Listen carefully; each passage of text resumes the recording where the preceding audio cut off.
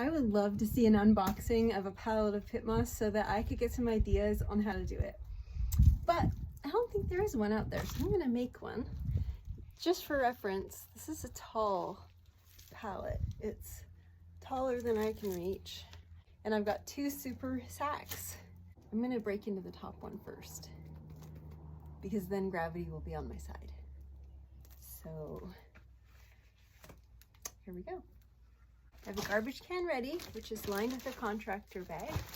I've got some pieces of duct tape that are already cut so I can try to shut off the flow if and when I need to. I'm kind of scared what's gonna happen.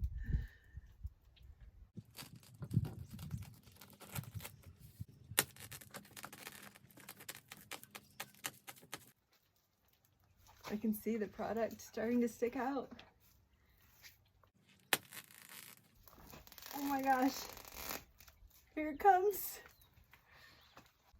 Oh cool, it's compressed enough that it's not just gonna all fall out at once. Look at that. Oh, this is exciting. I'm gonna show you what it looks like up close. So I made an opening in the bottom of the top sack, and I wanted the hinge at the bottom so it would be stronger if I was having trouble containing it.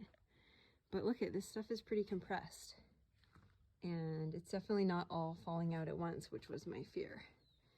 So I think I'm gonna have some control over this, which is good. Okay, well, now that I have an opening and I haven't had a disaster yet, I'm gonna try to get some of this material out and into garbage can number 1.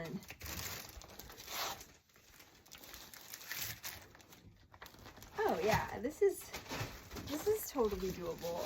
I was just somehow picturing that it was all gonna just come out at once and like spill everywhere. I was like, ooh. But this is definitely compressed. Okay, it's gonna be slower than I thought as well. I'm mining for Pittmoss. Okay, here's my setup, which is working really well so far.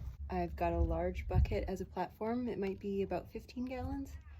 And then the garbage can on top of it, which gets me just at the right height so that I no longer have to hold the garbage can while I work. Here, I'll show you what it looks like.